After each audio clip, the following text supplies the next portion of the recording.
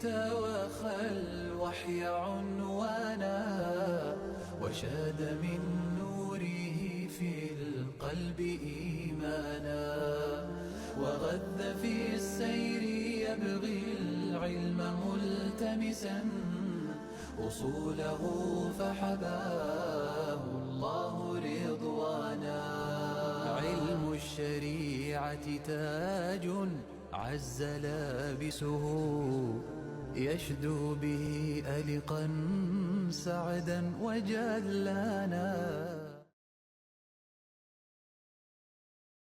السلام عليكم ورحمة الله وبركاته. بسم الله الحمد لله والصلاة والسلام على رسوله الكريم أما بعد ውድ እንግዶቻችን እንደምታውቁት ሰሃቦች በጨለማ ዘመን የበሩ ቀንዲሎች እንጂ የታሪክ ገጾችን የሚሞሉ ስሞች ብቻ አልነበሩም። በመከራ ጊዜ የጸኑ ህይወታቸውን ለኢስላም የገበሩ አብሪ ከዋክብት ነበሩ። እነሆ ዛሬ ቀንዲል ቁጥር 5 በተወዳጇና ታሪካዊቷ ጅማ መዲና ጣፋጭና ተወዳጅ በሆኑ መሻይኾች፣ ዱዓቶች፣ የጅማ መሻይኾችና ታዋቂ ሰዎች አንደበት ሰሃቦችን እንዘክራለን። በዋናነት ሶስተኛውን ኸሊፋን ዑስማን ኢብኑ አፋንን በደማቁ እናወሳለን። እንኳን ወደ ቀንዲል ቁጥር 5 ፕሮግራም በደህና መጣችሁ። በቅድሚያ ዛሬ በሚኖረን ፕሮግራም ላይ ቀዳሚ ተናጋሪና እግረ መንገድም እንግዶችን እንኳን ደህና መጣችሁ የሚሉልን የሱና ፋውንዴሽን እና እንዲሁም ደግሞ የዳዕዋ ቲቪ የበላይ ጠባቂ እና የዚህ ፕሮግራም የበላይ ተቆጣጣሪ የሆኑት ሼኻችን ዶክተር መሐመድ ሐሚዲን የእንኳን ደህና መጣችሁ መልእክትና እግረ መንገድም ሶስተኛው ኸሊፋ ዑስማን ኢብኑ አፋን ማን ናቸው የሚለውንም ያስተዋውቁናል። ሼኻችን ዶክተር መሐመድ ሐሚዲን فليتفضل مشكورا ومأجورا. بسم الله الرحمن الرحيم الحمد لله رب العالمين وصلى الله وسلم وبارك على نبينا محمد وعلى آله وأصحابه أجمعين. دعوة تي في ተከታታዮች እነሆ በአላህ ፈቃድ አምስተኛውን ዙር የቀንዲል ፕሮግራም ለማቅረብ ታላቋና ታሪካዊ ጅማ ከተማ ላይ እነሆ ተገናኝተናል። አብረውኝ ያሉት በግራ ቀኝ የምታያቸው ታላላቅ መሻይኾችና በዕልምና በዳዕዋ ረጅም ዘመን የፈጁ የምታውቋቸው ወንድሞች ናቸው። እነሱን እንኳን ለአምስተኛ ጊዜ አላህ አገናኘን፣ እንኳን መጣችሁ እያልኩኝ የዳዕዋ ቲቪ ታዳሚዎችን በአጠቃላይ እንኳን ለ1447ኛው ወርሃ ረመዳን ዋዜማ የዚህ ዝግጅት አደረሰን እላለሁ።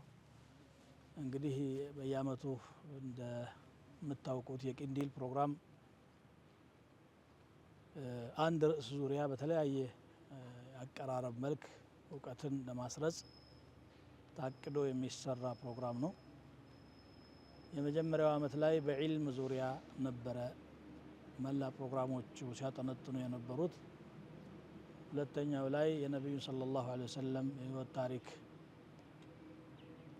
ዳሰናል። በሶስተኛው አመት የአቡበክርን፣ በአራተኛው አመት የዑመርን፣ ዘንድሮ በአምስተኛው አመት ደግሞ የሶስተኛውን ኸሊፋ ዑስማን ኢብኑ አፋን የህይወት ታሪክ አስተምህሮት፣ አርአያነት እየዳሰስን እየተማርን ለዲናችን ባላደራዎችና አሸጋግረው ለኛ ያደረሱ በገንዘባቸው፣ በህይወታቸው፣ በጊዜያቸው ለኢስላም የኖሩ የማለዳ የእስላም ልጆች የሆኑትን ሰሃቦች ዝናቸውን ቁርአን ያወደሰውን ነብዩ ሰለላሁ ዐለይሂ ወሰለም በሐዲታቸው የተናገሩትን ነገር እየተነጋገርን በጂሃድ መስክ ደግሞ ያስመዘገቡትን ገድል እንዲሁም በዳዕዋው ዲንን ለማስተላለፍ ያደረጉትን እያየን እንቆያለን። ዛሬ በዚህ በአምስተኛው ቀንዲል ፕሮግራም የመረጥናቸው ታላቁ ኸሊፋ ዑስማን ኢብኑ አፋን ከነዚህ ከዋክብቶች መካከል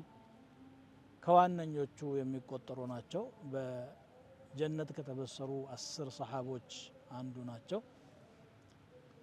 ለኢስላም ሰፊ ትግል ካደረጉ በጣም በቸርነትና በደግነት ገንዘባቸውን ከለገሱ ሰዎች ምናልባትም ግንባር ቀደሙ ናቸው ቢባልም ያስሄዳል። አቡበክርና ዑመር ከበፊታቸው ቢኖሩም ስለዚህ የዚህን ታላቅ ሰሓቢይ ታሪክ ነው የምናነሳው። ዑስማን ማን ነው?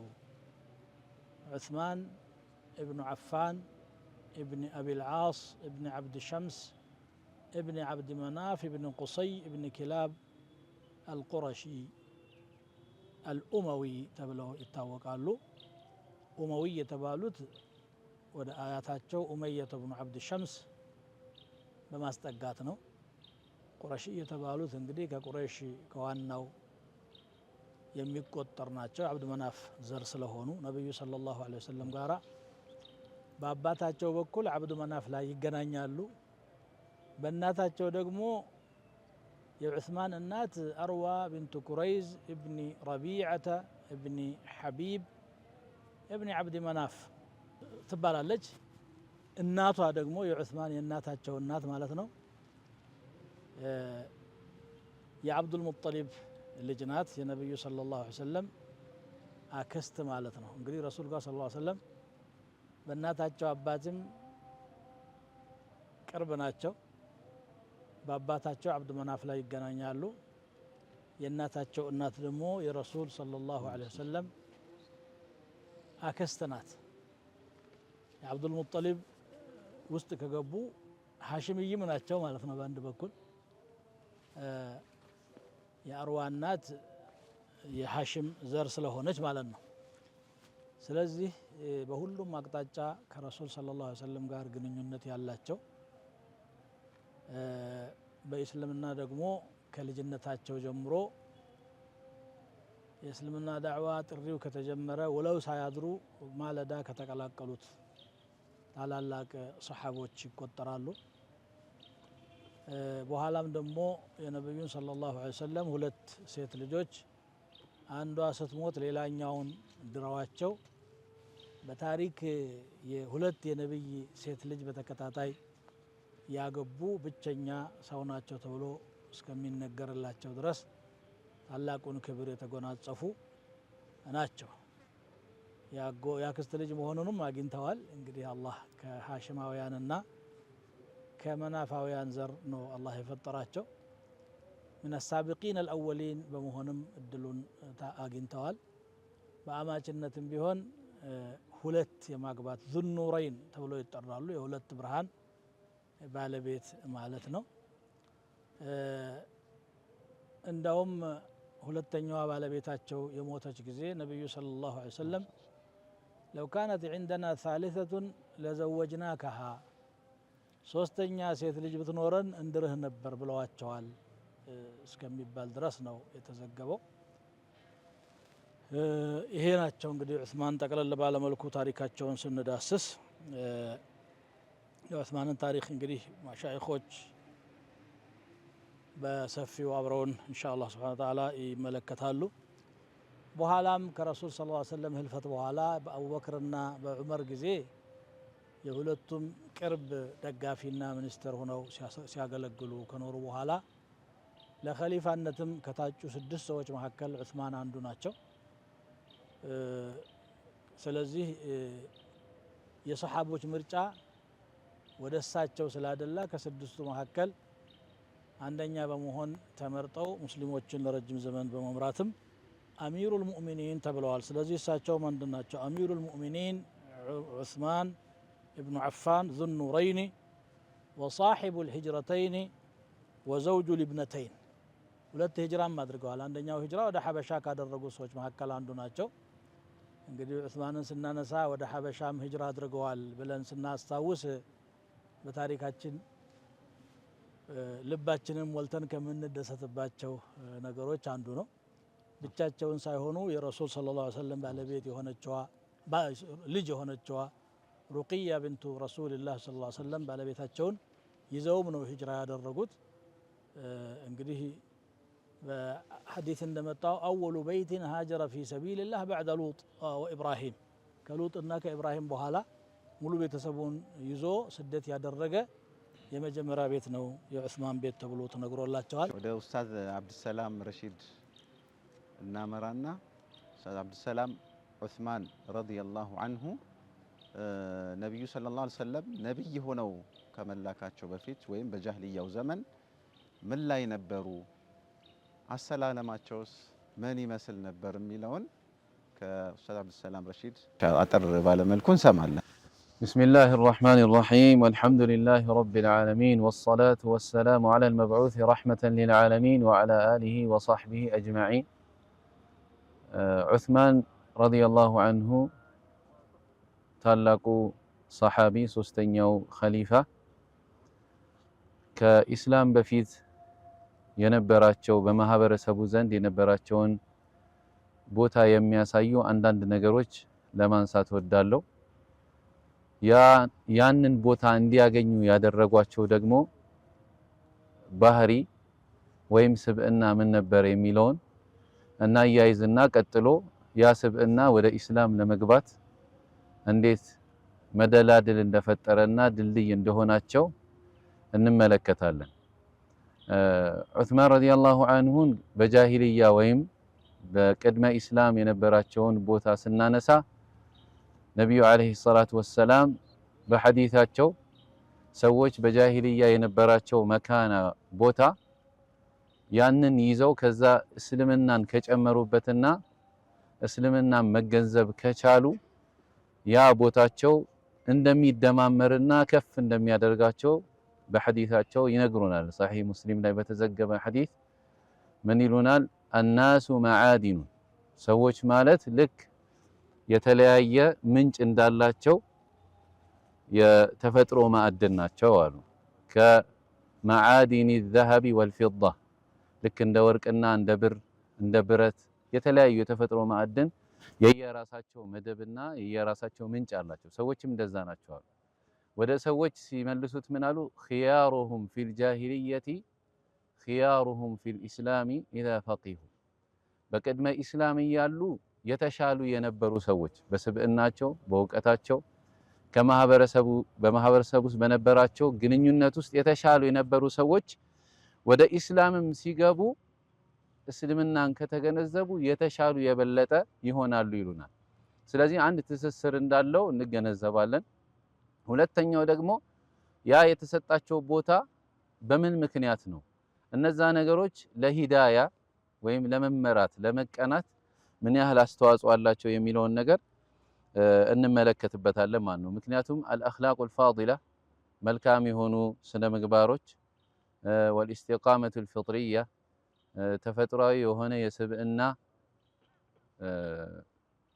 ቀጥ ያለ ስብዕና መኖር ወይም ደግሞ ስነ ስርዓት ያለው ሰው መሆን ሐቅን ለመቀበል የተሻለ እድልን ይፈጥራል ማለት ነው። እና ዑስማን ረዲየላሁ ዐንሁ በማህበረሰባቸው ዘንድ እጅግ በጣም የተከበሩ ሰው ነበሩ። አንደኛ ቅድም እንደተጠቀሰው የዘር ሐረጋቸው የሚመዘዘው እጅግ የተከበረ ከሚባለው የቁረይሽ ከዛም ደግሞ በኒ ኡመያ የሚባሉት የተከበሩ ዘሮች መካከል የሚገኙ ሰው ናቸው። ያ በራሱ ማህበረሰብ ውስጥ አንድ ለሰው ቦታ የሚሰጥበት አንደኛው ምክንያት ከተከበረ ዘር መገኘት ነው።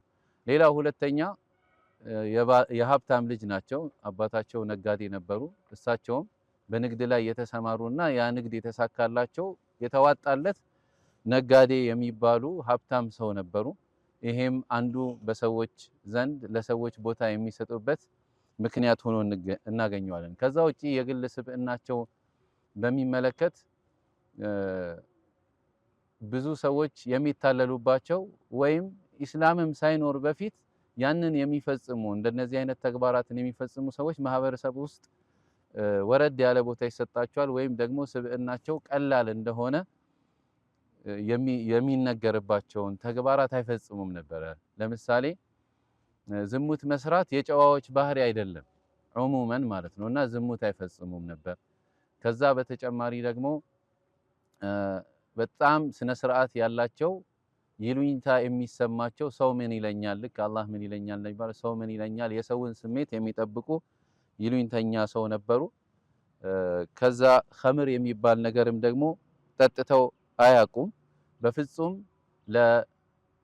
ጣዖት ሰግደውም አያውቁም ነበረ እና ስለ ኸምርም ሲያወሩ ኸምር ጠጥቼ አላቅም ይላሉ። ኢነሃ ቱዝሂቡል ዐቅለ ምክንያቱም ደግሞ አእምሮን ወይም ማስተዋልን ይነፍጋል።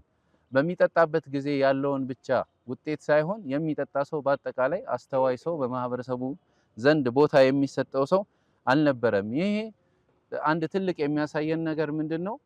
ከባቢን ወይም በዙሪያ ያለን መጥፎና ወይም አሉታዊ ተጽዕኖን የመቋቋም ጥንካሬና ብርታት ምን ያህል እንደነበራቸው እንገነዘባለን። አረቦች ለኸምር ያላቸው ቦታ በጣም ከፍ ያለ ነው። ኸምርን ራሱ ከርም ብለው ነበረ፣ የቸርነት ዛፍ ብለው ነብዩ አለይሂ ሰላም እስኪከለክሉ ድረስ እንደዛ ነበረ የሚሰይሙት።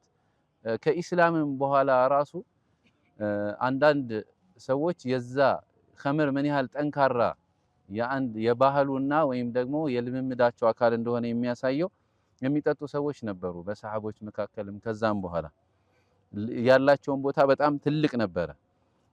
በአንድ ወቅት ከዚህ ጋር በተያያዘ አብዱልመሊክ ኢብኑ መርዋን ከነበሩት ገጣሚዎች መካከል አኽጠል የሚባል አንድ ገጣሚ ነበርና ሁሌ ይጠጣል፣ ሁሌ ይወክሰዋል። ግን ያው እሱን የሚያመሰግን ሰው ስለሆነ አያርቀውም ነበርና ለምንድን ነው የምትጠጣው? ምን አይነት ስሜት ነው የሚሰማህ መጠጥ ስትጠጣ ይለዋል። ያው አረቦች ይሰጡት የነበረውን ቦታ እንድንገነዘብ። አይ ይሄን እሱን መግለጽ በጣም ይቸግረኛል ይለዋል። ችግር የለውም አቀራርብልኝ ብሎ ይለዋል። እና ሻዒር ስለነበር ምን አለ? ኢዛ ማ ነዲሚ ዐለኒ ثم ዐለኒ ثلاث زجاجات لهن هدير خرجت أجر الذيل تيها كأنني عليك أمير المؤمنين أمير በጣም ስጠጣና ትልቁ የስካር ደረጃ ስደርስ ባጭሩ የሚሰማኝ ስጠቀልለው አንተ ላይ አሚር የሆንኩኝ ንጉስ ይመስለኛል ብሎ አለ ማለት ነው። አብዱሰላም እናመሰግናለን። ሰዓታችን አልቋል። ጀዛከላሁ ኸይር። ያው ስለ ዑስማን ብዙ ነው የሚወራው። ኢንሻአላህ ብዙ ክፍሎች አሉን። የተቀሩትንም እየተሞላላን ብዙ መሻይኾችም እየጨመሩበት እንቀጥላለን። ሰዓታችንን ጠብቀን መሄድ የግድ ስለሆነ ነው። ይቅርታ ጠይቃለሁ መሻይኾቻችንና ዱዓቶቻችንን በዚህ መልኩ በማቋረጤ። በቀጣይ ክፍል ዑስማንን ሌላ የስብዕና መልካቸውን ሌላ የስብዕናቸውን መገለጫ መዘን በስፋት እንዳስሳለን። ለዛሬው ቆይታችን ሁላችሁንም አመሰግናለሁ። ጀዛኩሙላሁ ኸይረን። ወሰላሙ አለይኩም ወራህመቱላሂ ወበረካቱ። لجيل توخى الوحي عنوانا وشاد من نوره في القلب إيمانا وغذ في السير يبغي العلم ملتمسا أصوله فحباه الله رضوانا علم الشريعة تاج عز لابسه يشدو به ألقا سعدا وجلانا